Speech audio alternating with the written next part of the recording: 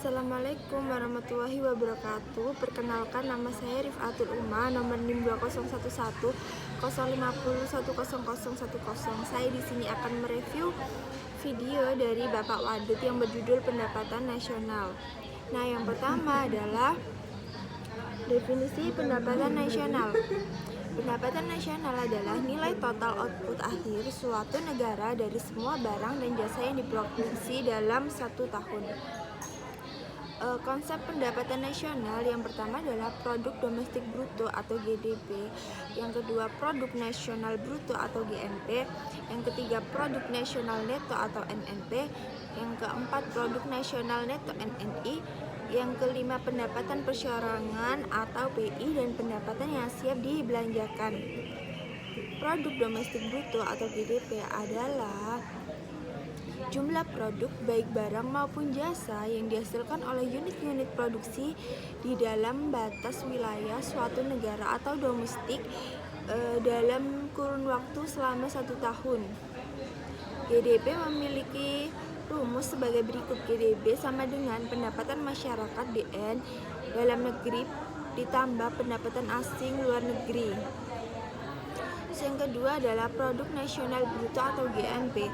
Produk nasional bruto adalah nilai produk baik barang maupun jasa yang dihasilkan oleh penduduk suatu negara selama 1 tahun, termasuk yang dihasilkan oleh warga negara tersebut di luar negeri. Jadi, jika ada seseorang pria asal Indonesia yang menjual pakaian di Vietnam, barang atau jasa yang dihasilkan termasuk ke dalam GNP. Berikut cara menghitung GNP.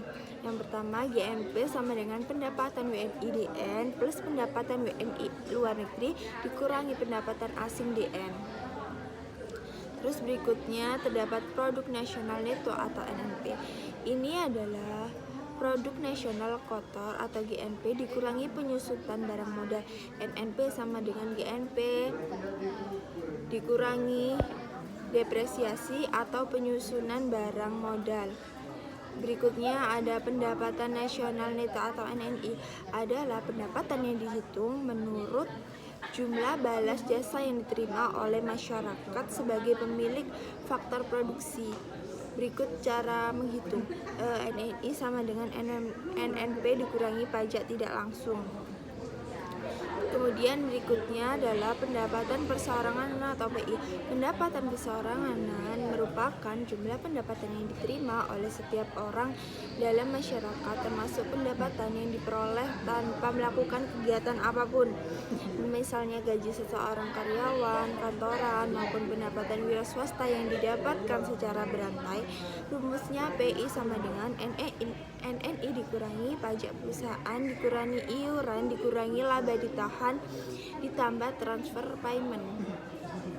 Kemudian ada pendapatan yang siap dibelanjakan atau DI, memiliki nama lain disposable income, yakni pendapatan ini pendapatan yang siap untuk dimanfaatkan guna memberi barang dan jasa konsumsi, dan selebihnya menjadi tabungan yang disalurkan menjadi investasi. Rumusnya adalah DI sama dengan PI dikurangi pajak langsung.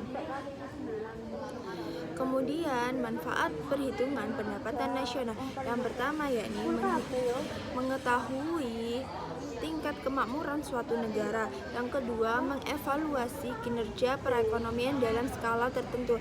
Yang ketiga adalah mengukur perubahan perekonomian suatu negara, memudahkan dalam membandingkan kinerja ekonomi dari setiap sektor. Yang kelima, sebagai indikator kualitas hidup masyarakat di suatu negara. Yang keenam, sebagai indikator perbandingan kinerja antar negara. Yang ketujuh, yakni sebagai indikator perbandingan kualitas standar hidup antar negara. Yang kedelapan adalah sebagai indikator dan perbandingan tingkat pertumbuhan ekonomi dari waktu ke waktu. Yang kesembilan, sebagai indikator dan perbandingan pertumbuhan ekonomi dan kekayaan dari suatu negara. Macam-macam metode perhitungan pendapatan nasional. Yang pertama adalah metode pendekatan nilai produksi. Yang kedua, metode pendekatan pendapatan. Yang ketiga, metode pendekatan pengeluaran. Metode pendekatan nilai produksi adalah menjumlahkan barang atau jasa yang diproduksi oleh seluruh usaha, baik itu BUMN maupun UMKM pada suatu negara dalam waktu 1 tahun. Metode pendekatan pendapatan yakni dengan menghitung jumlah pendapatan dari berbagai faktor produksi yang memberi sumbangan terhadap proses produksi. Metode pendekatan pengeluaran, yakni metode pendekatan pengeluaran adalah jumlah semua pengeluaran dari rumah tangga, perusahaan, pemerintah, dan masyarakat pada periode tertentu. Pendapatan nasional dalam perspektif ekonomi Islam yang pertama adalah pendapatan nasional harus dapat mengukur penyebaran pendapatan individu rumah tangga. Yang kedua, pendapatan nasional harus dapat mengukur produksi di sektor pedesaan. Yang ketiga, pendapatan nasional harus dapat mengukur kesejahteraan ekonomi Islam. Yang keempat, perhitungan pendapatan nasional sebagai ukuran dari kesejahteraan sosial Islam melalui pendugaan nilai satuan antar saudara dan sedekah. Berikutnya adalah sumber-sumber pendapatan nasional dalam ekonomi Islam. Yang pertama ada ghanimah, kedua ada sedekah, ketiga ada infak, keempat ada zakat, kelima ada usr, keenam ada jizyah, ketujuh ada kharaj, kedelapan ada pajak tambahan harta karun, kesembilan ada wakaf. Berikut yang bisa saya sampaikan, kurang lebihnya wassalamualaikum warahmatullahi wabarakatuh.